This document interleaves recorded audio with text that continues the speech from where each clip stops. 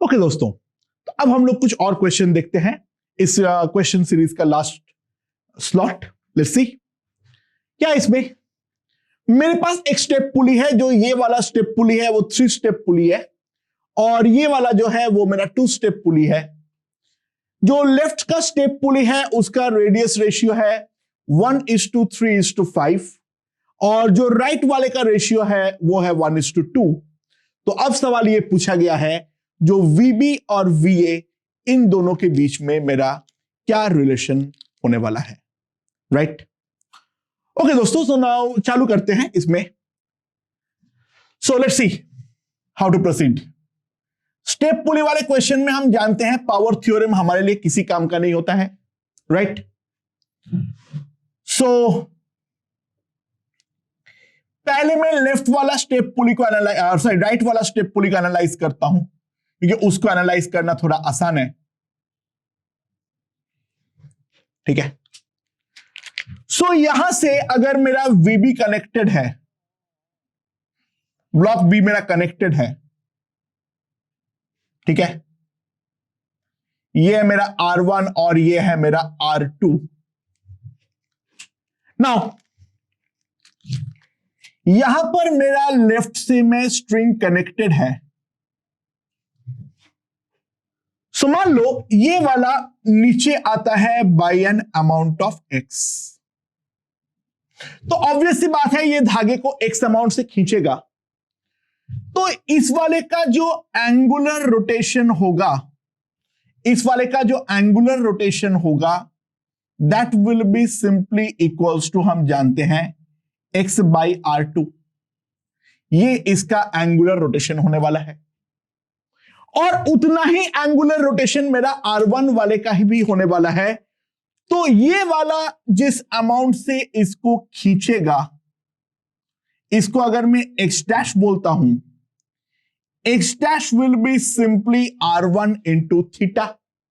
So that will B x/r2 into R1। तो x' का जो वैल्यू आएगी, R1/R2 का जो वैल्यू है वो दे रखा है 1:2। तो x' जो होने वाला है that will be equals to x/2। ये वाला धागा जो है वो मेरा x/2 अमाउंट से खींचने वाला है। अब मैं इसको एनालाइज करता हूं, ध्यान देना, इस वाले को स्टेप बाय स्टेप एनालाइज करता हूं। सो ये वाले धागा और ये वाले धागे में जो कनेक्शन है वो है मेरा ये वाला रेडियस R1। तो मैं राइट वाला धागे स्टेप पुली को अब मैं ड्रॉ करता हूं। तो राइट वाला स्टेप पुली को अब बड़ा करके ड्रॉ करने की रिक्वायरमेंट है। Let's see.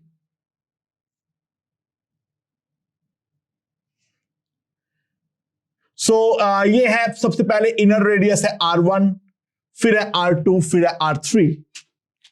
सो ये मेरा R1 है, ये मेरा R2 है और ये मेरा R3 है। अच्छा, वो वाला R1 और इस वाले R1 में कोई संबंध नहीं है, ठीक है? बस रिप्रेजेंटेशन किया हूं मैं। नाउ ये वाले धागे के साथ कनेक्शन जो है वो हमारा R1 का है।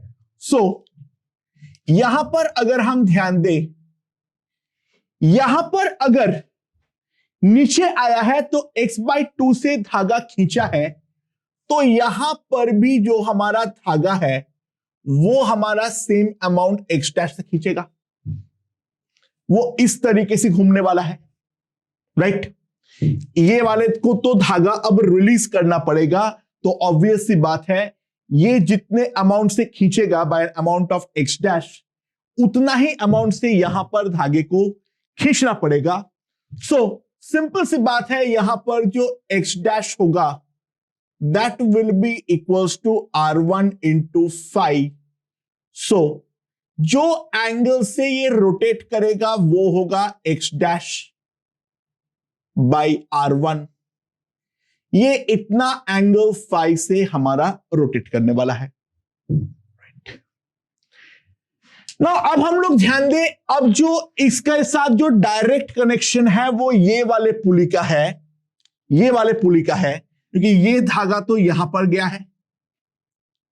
सो यहां पर अगर हम ध्यान दें ये भी उतना ही अमाउंट से घूमेगा, तो यहां पर जो रिलीज होगा,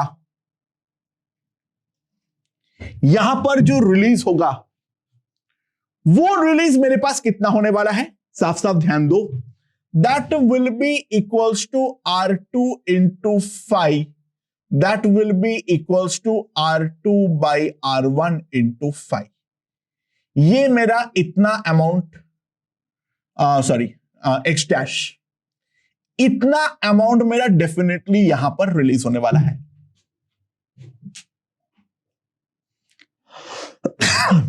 समझ में आया?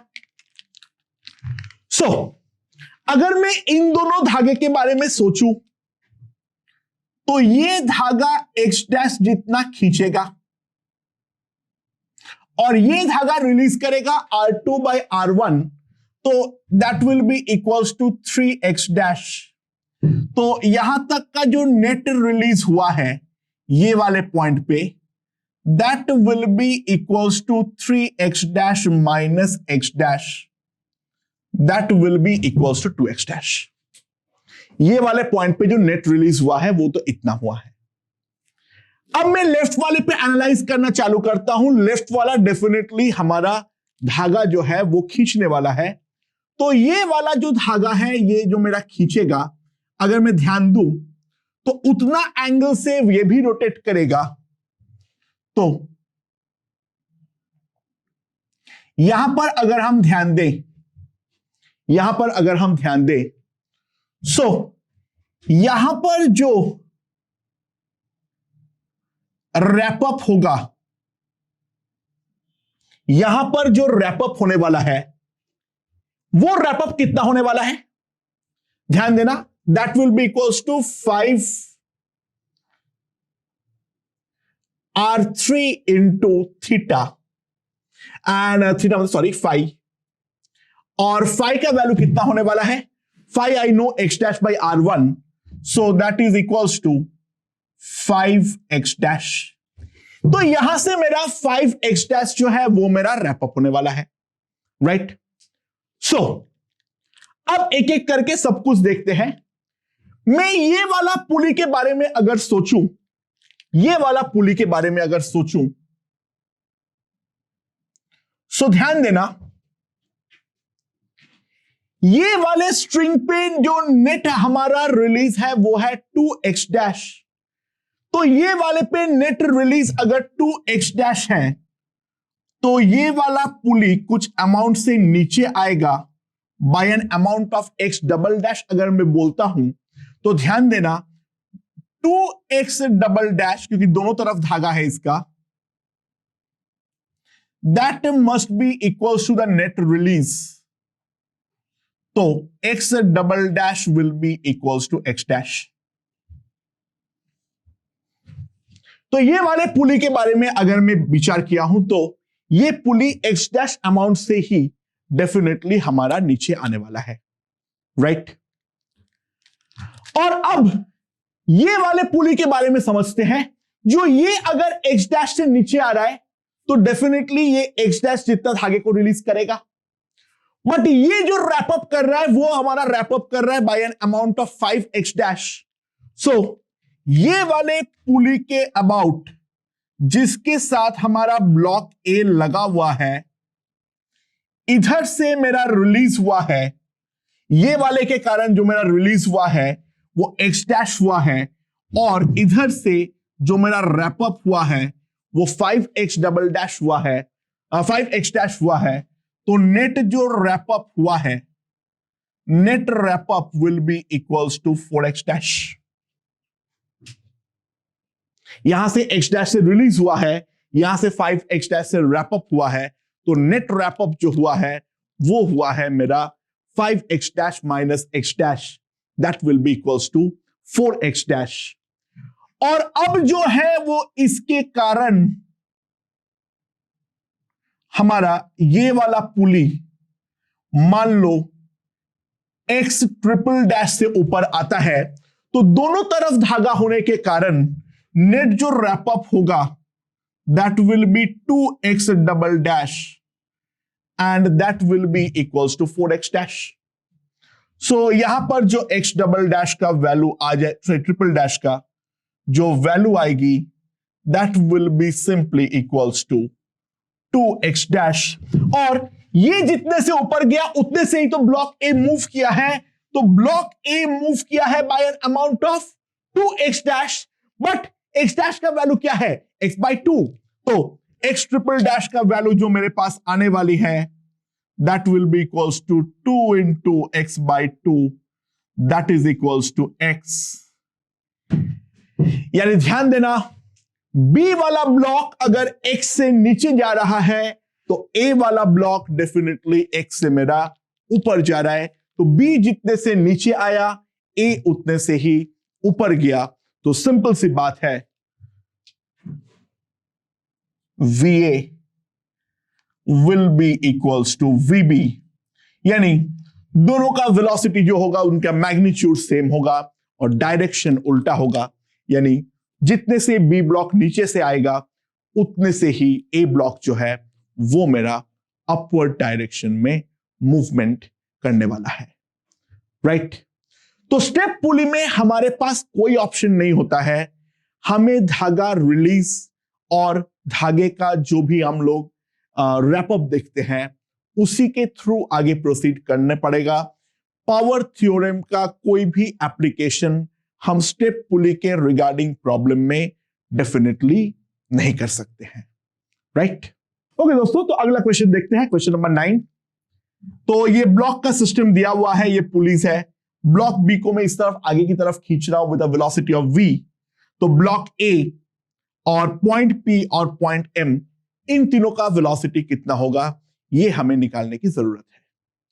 अच्छा, ब्लॉक ए का वेलोसिटी तो हम डायरेक्टली निकाल सकते हैं, वो तो सिंपल सी बात है। मैं v डैश मान लेता हूं और धागे में मैं टेंशन मार्क करता हूं, ये मान लो t है, तो यहां पर डेफिनेटली 2t लग रहा है।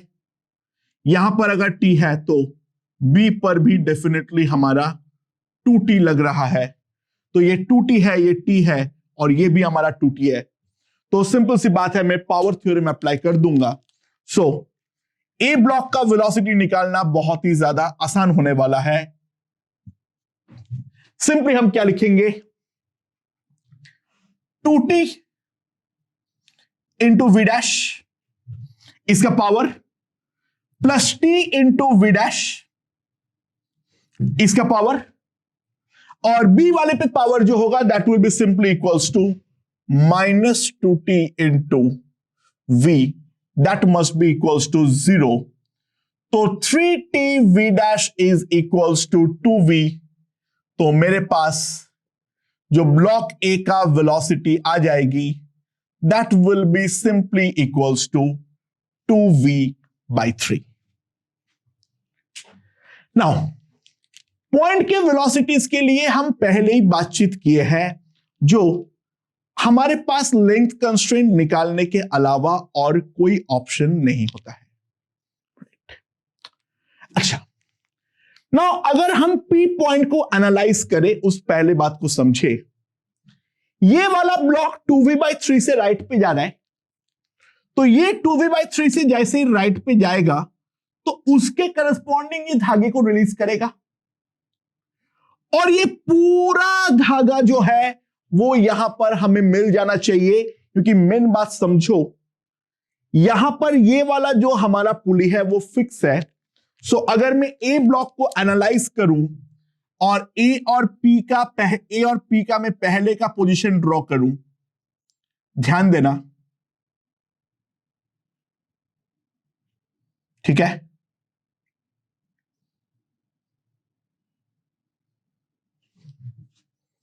पी बोला, सॉरी, एम। ए और एम के बारे में अगर मैं एनालाइज करूं,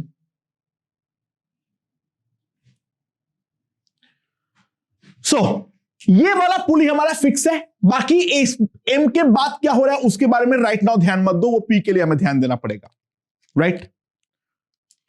अगर हम देखें, जो dt टाइम के बाद ब्लॉक हमारा आगे आया है by an amount of 2v dt, sorry 2v/3 dt, तो ये उतना ही धागा यहां पर रिलीज करेगा, राइट। बट वो धागा यहां से रैप होके इस तरफ आ जाने वाला है और कहीं पर कोई मूवमेंट तो नहीं है, तो जितना ए के कारण रिलीज होगा वो डायरेक्टली हमें एम को मिल जाएगा। तो एम का जो वेलोसिटी होगा वो भी हमारा, यानी डिस्प्लेसमेंट इसका 2v/3 इंटू dt होगा, यानी जितना ए राइट पे मूव करेगा एम पॉइंट एग्जैक्टली उतना ही मेरा लेफ्ट की तरफ मूव करने वाला है। So velocity of m will be equals to 2v/3 और इसका डायरेक्शन जो होगा वो लेफ्ट पे होगा। ओके, अब पी पॉइंट के बारे में सोचो। यहां से वो 2v/3 इंटू dt रिलीज करेगा, यहां पर जो रिलीज करेगा वो उसका डबल रिलीज करेगा, यहां पर जो रिलीज करेगा वो इसका डबल रिलीज करेगा, राइट। यानी पी पॉइंट के पहले जो नेट रिलीज है, मैं अगर उसके बारे में देखूं, पी पॉइंट के पहले जो मेरा नेट रिलीज है मैं उसके बारे में अगर देखूं, तो net release before P will be equals to 2v/3 into dt plus 2 into 2v/3 into dt.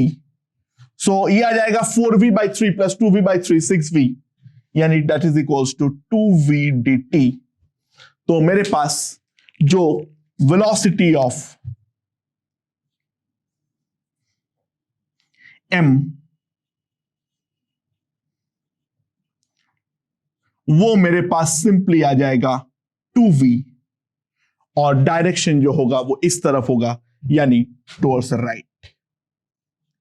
तो इस तरीके से हम पॉइंट P और पॉइंट M, इन दोनों पॉइंट्स के वेलोसिटी हम निकाल सकते हैं। ओके ओके दोस्तों, अब क्वेश्चन नंबर 10 देखते हैं। अच्छा, यहां पर जो भी फिगर दिया हुआ है उस फिगर को हम बाद में एनालाइज करते हैं। सबसे पहले जो ब्लॉक है उस ब्लॉक के बारे में सोचते हुए पहले हम ब्लॉक के बारे में सोचते हैं।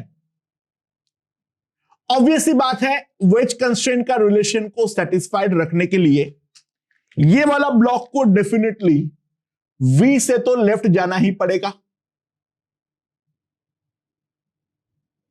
और इसके अलावा ये अगर लेफ्ट पे जा रहा है तो डेफिनेटली ये नीचे आएगा। इस डायरेक्शन में इसका एक वेलोसिटी होगा, that will be equals to v dash, right. तो मैंने दो वेलोसिटीज मान लिया, v और v डैश, और जो हमारा ये वेज है इसका वेलोसिटी तो डेफिनेटली v है। नाउ ध्यान दो, अगर यहां पर टेंशन T है, मैं अगर पूरा का पूरा देखूं तो यहां पर T है, यहां पर T है, तो यहां पर 2T है, यहां पर T है, यहां पर T है, तो यहां पर 2T है, और यहां पर एक T है, और यहां पर एक इस डायरेक्शन में T है। तो अगर मैं ये वाला वेज को एनालाइज करूं, ये वाला वेज के बारे में अगर एनालाइज करूं, तो ध्यान देना,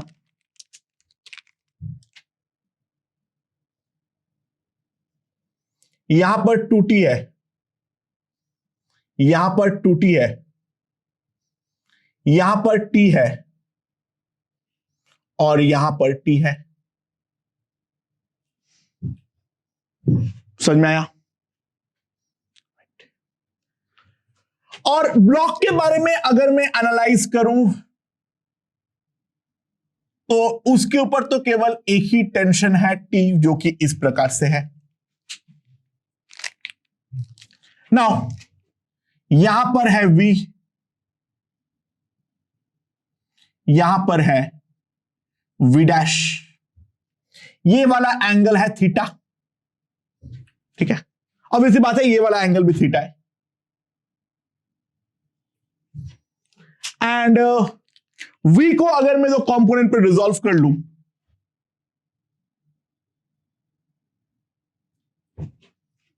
तो मैं नेट पावर थ्योरम अगर अप्लाई करूं तो ध्यान देना यहां पर भी टेंशन टी को दो कंपोनेंट पे रिजॉल्व करने की रिक्वायरमेंट है।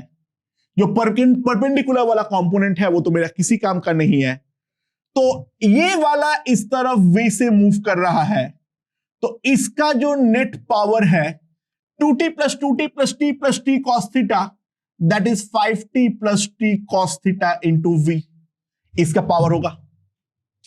और इसके पावर के बारे में अगर मैं बातचीत करूं तो सिंपल सी बात है, एक ही टेंशन फोर्स है T और वेलोसिटी इसका उल्टा है, ये है v plus v dash v cos theta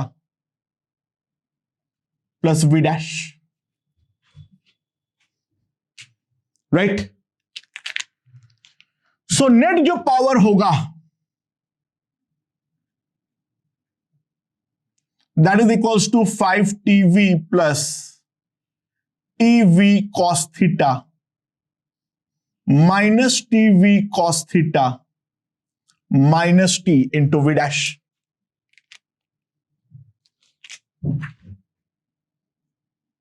this is gone. So T अगर मैं कैंसिल करता हूं, ये वाले पावर को मैं जीरो के साथ इक्वेट करते हुए मैं सिंपली लिख सकता हूं v dash will be equals to 5v।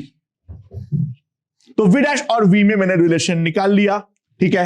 अब सिंपली क्या काम करना है मुझे, ध्यान देना, ये वाले ब्लॉक के पास दो वेलोसिटी है, एक इस तरफ है v, एक इस तरफ है 5v, ये वाला एंगल है थीटा, राइट।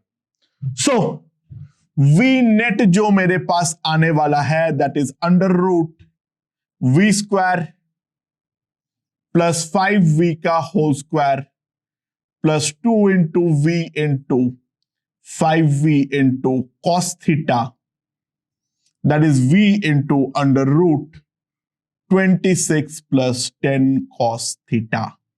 ये मेरा नेट वैल्यू ऑफ स्पीड है in the frame of ground. ये हमारा नेट वैल्यू ऑफ स्पीड है in the frame of ground, ठीक है। सो क्वेश्चन नंबर 9 और 10 हम लोगों ने यहां पर देख लिए। तो अब लास्ट क्वेश्चन की बारी है, काफी अच्छा क्वेश्चन है, right. Let's see question number 11 हमें क्या बोलता है। तो दोस्तों क्वेश्चन नंबर 11 क्या बोलता है, पहले उसके बारे में ध्यान दो। एक ब्लॉक जमीन पे रखा हुआ है, ठीक है। एक धागे से मैं इसको खींच रहा हूं, एक बंदा जो है वो जो मैं खींच रहा हूं वो 10 मीटर पर धागे पर सेकंड से धागे को निरंतर अपने तरफ खींच रहा है, ठीक है। अब ये वाला जो हाइट है जमीन से ये ब्लॉक का वो है 10 मीटर, जी जो है उसका वैल्यू हम 10 ले लेंगे। तो सवाल ये है जो यहां पर किस इंस्टेंट पे ब्लॉक जो है वो जमीन के साथ अपना कांटेक्ट को छोड़ने वाला है, राइट। सो लेट्स सी, एक एक करके एनालाइज करने का ट्राई करते हैं। अच्छा, सबसे पहले ये वाला ब्लॉक का अगर मैं फ्री बॉडी डायग्राम ड्रॉ करूं तो इसके ऊपर एक इस डायरेक्शन में टेंशन लग रहा है टी, ये वाला एंगल है थीटा, यहां पर डाउनवर्ड जो फोर्स लग रहा है एक mg लग रहा है और अपवर्ड जो फोर्स लग रहा है एक नॉर्मल लग रहा है। जमीन के साथ अगर कांटेक्ट नहीं छूटा है तो सिंपल सी बात है इसका एक्सीलरेशन केवल इसी डायरेक्शन में होने वाला है। ध्यान देना, थीटा ऑब्वियसली मेरा वेरिएबल है। कोई भी इंस्टेंट पे अगर मैं इसको x मान लेता हूं तो tan थीटा का वैल्यू है 10/x, ठीक है। एंड बाकी बाय द वे dx/dt कितना होगा वो हम देखेंगे, ठीक है। dx/dt कितना होगा वो अभी हम देखते हैं, राइट। tan थीटा का वैल्यू 10/x है, यानी x/10 जो होगा वो हमारा cot थीटा हो जाएगा। x is nothing but 10 cot theta. उस पे आते हैं। अच्छा, ये वाले को अगर मैं एनालाइज करता हूं, ये वाला टेंशन का ऑब्वियस सी बात है इसका दो कंपोनेंट है, एक t cos थीटा और एक t sin थीटा। तो मैं एक चीज तो लिख सकता हूं पहले, mg must be equals to n plus T sine theta.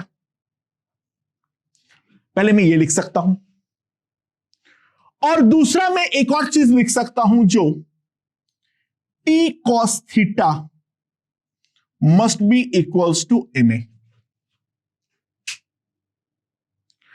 अब कॉन्टैक्ट लूजिंग का कंडीशन क्या है? टू लूज कॉन्टैक्ट, तो कॉन्टैक्ट अगर लूज हो जाएगा तो दोनों के सरफेस के बीच में कोई फोर्स नहीं लगने वाला है, तो सिंपल सी बात है, कॉन्टैक्ट लूजिंग का कंडीशन है normal must be equals to 0। To lose contact n must be equals to 0, right?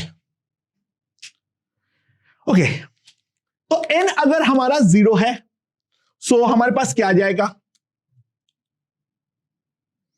तो mg मेरे पास आ जाएगा t साइन थीटा, और ma मेरे पास आ जाएगा t cos theta.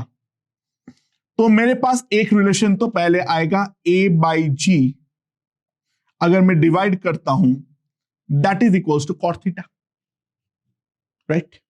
a by g जो है वो मेरे पास कितना आ जाएगा? Cot theta. g 10 है, तो मेरे पास आ जाएगा a is equals to 10 cot theta. तो यहां पर पहला एक रिलेशन मेरे पास आ चुका है,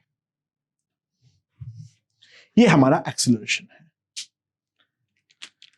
अच्छा, ये वाले ब्लॉक का वेलोसिटी मान लो किसी भी इंस्टेंट पे है v डैश,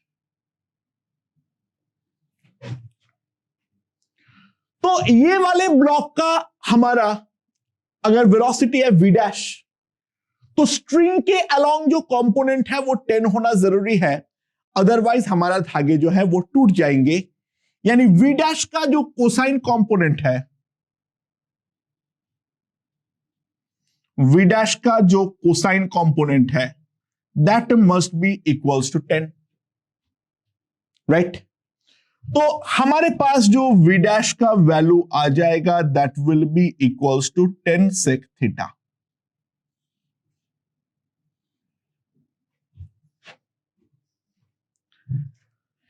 अच्छा, यहां पर से एक चीज अब और ध्यान दो, x जो है वो है मेरे पास कितना? 10 कॉट थीटा। ये एक रिलेशन मुझे मालूम है, और इसके अलावा और एक रिलेशन मुझे मालूम है, dx by dt is nothing but v dash, right? तो ये सारे रिलेशन मेरे पास आ रखा है, और इन रिलेशन के सहारे मुझे अब थीटा का वैल्यू जो है वो थीटा का वैल्यू निकालना पड़ेगा। तो किस तरीके से हम थीटा का वैल्यू निकाल सकते हैं, लेट्स सी। अच्छा, एक्स हमारे पास है 10 कॉट थीटा, तो सबसे पहले अगर मैं डिफरेंशिएट करता हूं, ध्यान देना, dx बाई dt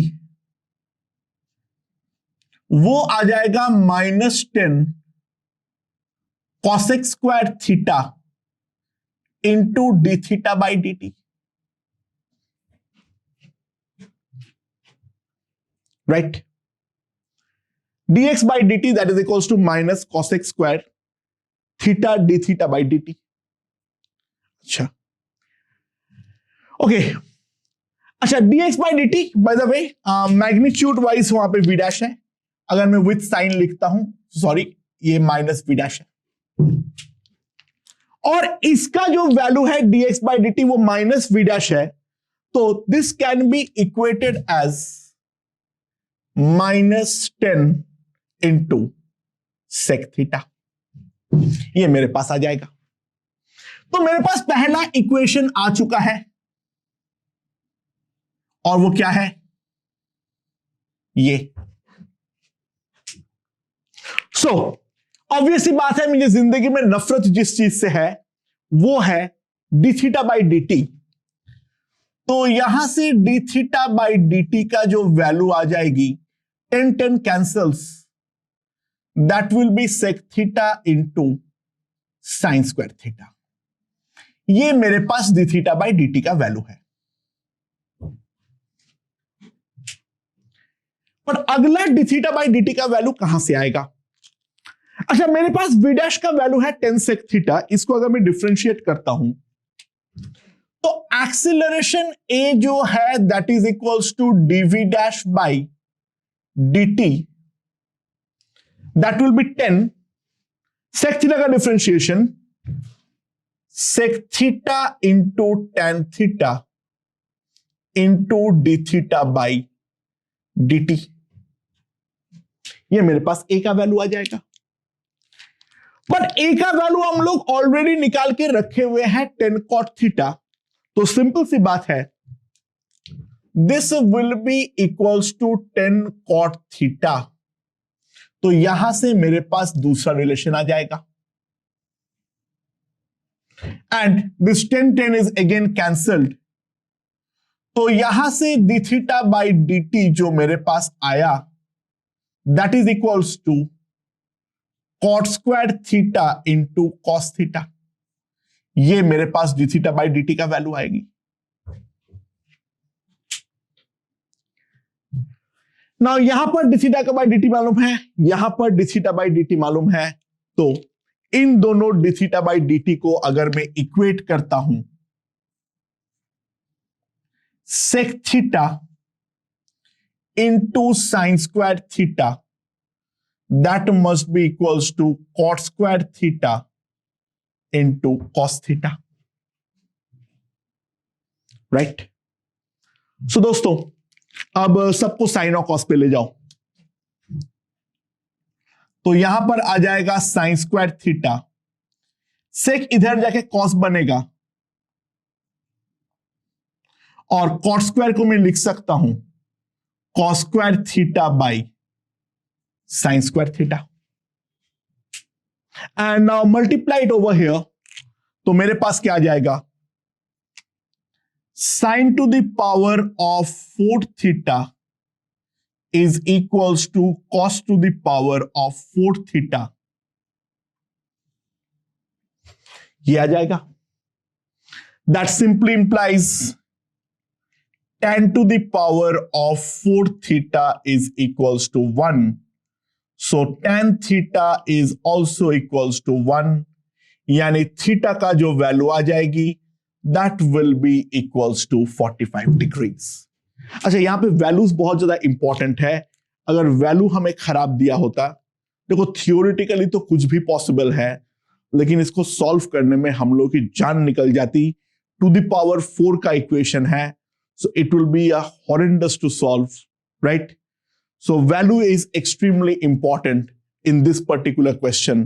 सब कुछ 10-10 था, बहुत बढ़िया तरीके से करता चला गया, तो हमारे पास इक्वेशन बहुत ही प्यारा बना, राइट? तो ये वाला क्वेश्चन अभी तक जो हम लोगों ने किए हैं इससे बिल्कुल अलग है।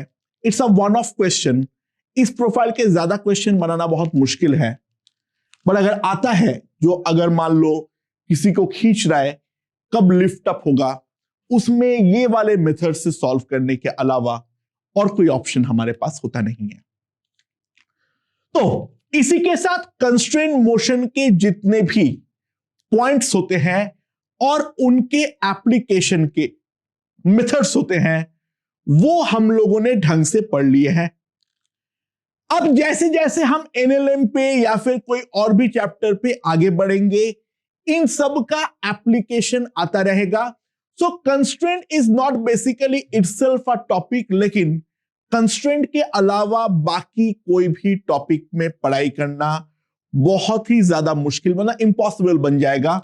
तो कंस्ट्रेंट पे पूरी की पूरी तरीके से ग्रिप बैठना, उसमें जो 4 टाइप का मैंने कंस्ट्रेंट करवाया हूं, उन चारों टाइप के बारे में पूरी तरीके से समझना हमारे लिए एक्सट्रीमली इंपॉर्टेंट है, क्योंकि इस पॉइंट पे हम लोग अब प्रॉपर एनएलएम के फोर्स एनालिसिस वाले क्वेश्चन के अंदर घुस रहे हैं। अभी तक हम लोगों ने ये देख चुके हैं एनएलएम में जो क्या क्या टाइप के फोर्सेस हो सकते हैं, लेकिन अब हम लोग देखेंगे जो फोर्स एनालिसिस करके एक्सीलरेशंस वगैरह के वैल्यू कैसे निकालते हैं।